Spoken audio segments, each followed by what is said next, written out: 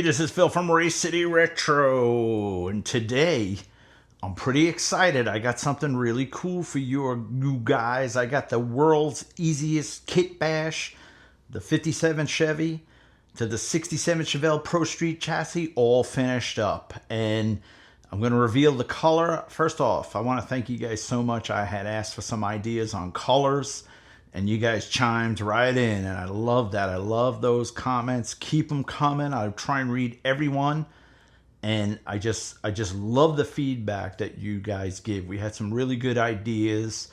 Everything. People saying red, blues, blacks, browns, greens. Some people said just leave it the way it is. Just polish it and done. But I wanted to paint it. I wanted to, do something special, and I wanted the right color. Color to me, I picked the color of the model before I even start building the model. I got to paint the body first, because to me that kind of sets the whole tone when you get that nice finished painted body just sitting off in the corner as you're doing your chassis and all that. But don't forget, do all your test fit first. Don't just take it out of the box and paint it. Make sure everything, the interior cup goes in good, the glass is good, chassis goes on good. Then you paint it, and then you can do your engine and stuff like that. But this build was a blast. I'm going to do another one, I think. I'm going to use the AMT 55 Chevy two-door post, another cheap kit at Hobby Lobby with another Chevelle Pro Street. Not for my next build. For my next build, I'm going to do something different for you guys. That I don't like building box stock. I like to do something different, something original, something interesting. Every now and then I'll do one box stock like that Dodge truck up there we just finished, just because I liked it. Bone stock, that's what I like about that kit. But man, you guys have been amazing with supporting the channel, and I can't thank you enough. Hit that subscribe button right in the lower right corner, and you're subscribed for free. Don't cost nothing. Keeps those videos coming, keeps us doing these videos. As long as I keep getting subscriptions going up and you guys supporting the channel, going to our store, you guys have been buying t-shirts, you've been buying all kinds of our products, and it is awesome. And I love the notes, even on the orders. You guys have told me, hey, love your YouTube, had to buy a shirt. Hey, love your YouTube, bought a parking sign. Hey, you love the YouTube. Awesome, man, awesome. I love the feedback. It lights my fire. It gets me excited for doing what I do. And that's what this is all about. I like going back in time and going back to the good old days and bringing up those memories that we all have as modelers of years gone by. Nowadays, sometimes the memories are the only thing you have, because there ain't much to get excited about nowadays. I mean, so looking back to the good old days of sitting at that table, building a model all by yourself or with your buddies, man, those were some of the best times in our lives. But let me shut up. Before I show you this model completed, I'm going to shoot some video of it apart, and then we'll do a final reveal at the end where you'll see it all together with the color ready to go. And I'll do some still pictures. Maybe I'll take it outside too and take some pictures so you could really see the color pop. Color came out amazing. I really, really, really love it. But let's take a look at this 57 and let me show you exactly what I did here. All right, let's kick it off with the interior. And when Pro Street first started, you would see a lot of cars with basically stock interior. The thing about Pro Street in the beginning was the wheel tubs, putting those big tires under the back of the car. And then it progressed into a show car class of its own. And in the beginning, a lot of cars had stock type interiors, or just like a basic tuck and roll type interior. And I wanted colors that would work with the exterior color of the car and, complement each other. And I think I nailed it with this. You're going to see when I put it together. But before I put it together, I just wanted to give you a good look, body off, so you could see exactly what I did. Just went with the 57 stock seats, the black and silver combo, like they came from the factory. I put the gold buttons, brass buttons, like they had from the factory. The two-tone door panels, factory stuff.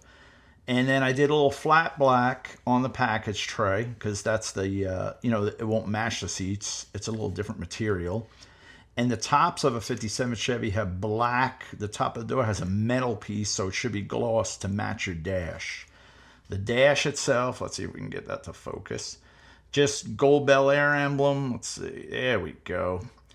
And detailed all the instruments, the radio, the switches, put a little clear glue over all the gauges to make it look like glass. Now the steering wheel, That's just a parts box wheel.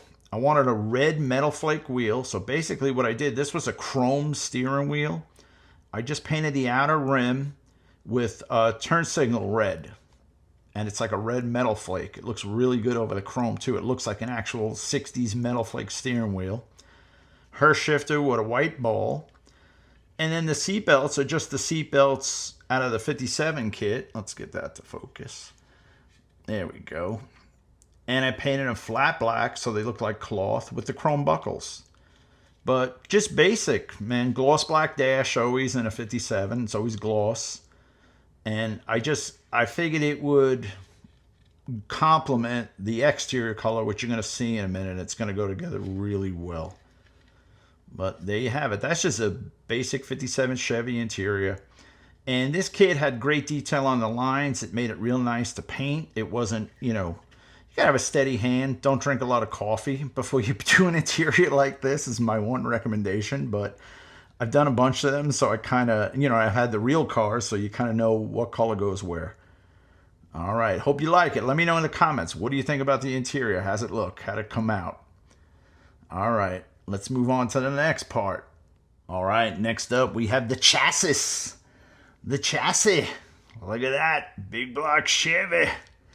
Gold Morosos. Gotta have that 80s look. Hillborn, fuel injected, which was extremely popular with Pro Street in the beginning. Everything had injection. Just like today. The Gold Morosos I love, and I'm going to give a nice plug here. I didn't get them for free, but I got them on eBay. From the Iceman Collections. This guy has got some great stuff. I don't know if I ordered it this morning or I'm going to order it today. I need to put an electric fan on this kit, which we'll get to in a minute. And I'm going to order from him. He's got some really nice electric fans. Believe it or not, electric fans hard to find in a model kit.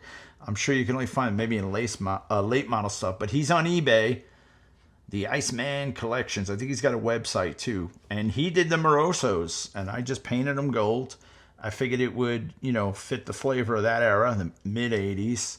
And it's aluminum head, big block. Okay, one of the things you're going to notice, when you put the body, if I did this differently, I would have took the engine compartment out of the body. The big block is very tight in the body. And up front here, it's very tight. Originally, I had the Chevelle upper and lower pulley with the Chevelle alternator on it, and it swung out so far that you couldn't even get the body down on it. So this is the 57 Chevy fan belt. It's a lot tighter. I took the Chevelle alternator, I shaved the tick off the front, saved that tick, and used it as a spacer on the bottom pulley to push it out. And now the alternator's up higher over the valve cover, and now the body fits perfect. So that's like the one modification you have to do. But you'll see I had to just trim the nub off of that. I got to dab that with a little black. And then on the outside of the radiator, I'm going to put an electric fan on the front of the car. I got to order one of those up. When I put the body on it, that'll be for the radiator hose. I'll run the radiator hose to the radiator. And just a pre-wired distributor with some blues. Now on the bottom, exhaust. Everybody said, lose those stupid super traps. I did. You don't got to yell at me. I lost them.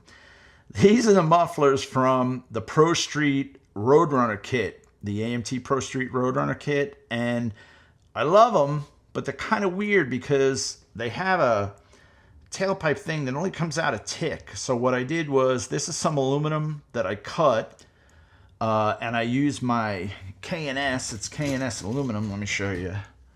My K&S tubing cutter for cutting their products. They sell that. And what I like is, look at the end. It gives like a nice rounded end on it. So it looks, when it's on the car, like a real pipe. It's not just like a rough chop off the end. But I think that looks better than the others. And what I'm probably going to do, I have some hooker header decals that I'll stick on these mufflers, because I remember in the 80s, I was working at a speed shop, ATV on Long Island, and hooker headers came out with mufflers, their first turbo mufflers. So there's that.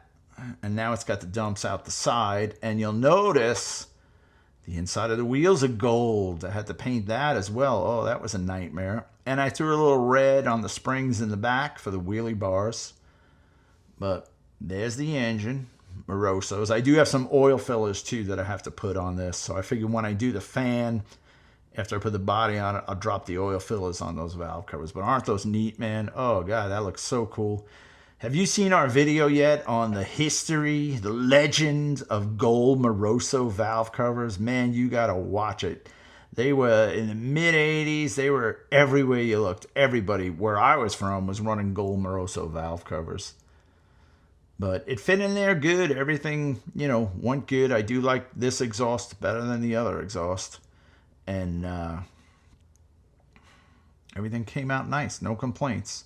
Let's get the body on this thing and take a look at it as a whole.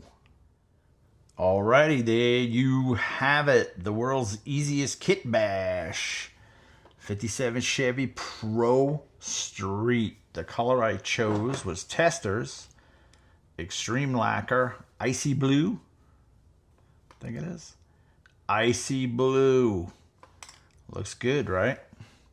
Heavy, heavy metal flake. Looks really good. It's got a nice, like a 60s pop to it. I left the trim decal out. I did it like a 210. I didn't want that decal on there. It was real phony looking. Bare metal foil, which what's going on with bare metal foil, man? You cannot get it. They're like out of business. You call them, they don't answer the phone. They don't answer emails. They don't, I don't know, something strange. I know the distributor just went out of business, but you can't even get a hold of them. But their bare metal foil, I don't even want to talk about how thin it's become, and it's really a nightmare to work with now. But I did it. This car's a nightmare to do. It's too much chrome, but it looks good. You got to do it. Up in the front, left the grill bar out. Just went with the gold Bel Air grill because it goes with the wheels. The wheels have the gold inners on them. There's my nice little pipes hanging out there. In the back, I got to put a plate on it still. Looks good though with those big steam rollers focusing. There we go. Yeah, I love it. I mean, this is, in the 80s when you were a kid reading Hot Rod, Carcraft, Popular Hot Rodding, that's what you drooled over, something like that. 57. And now, remember when we talked earlier about, I'm going to get a fan from Iceman because motor's tight in there. So I still got to put my horns on, but I didn't want to do them yet till I put the fan on. I'm going to put electric fan on the front.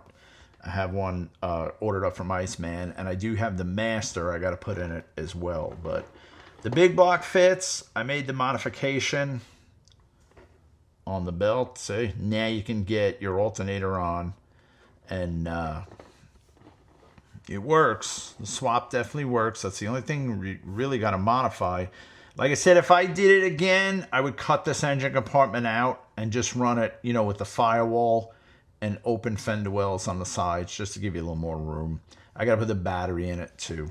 Little finishing stuff. And then the mirror, I always put the mirrors on dead last right before you put it in the showcase, because if I put that mirror on now, it's going to fall off. But extremely happy with it. That icy blue, it's killer. I don't know if you're picking it up, but the flake is just really, really, really flaky. It looks really good.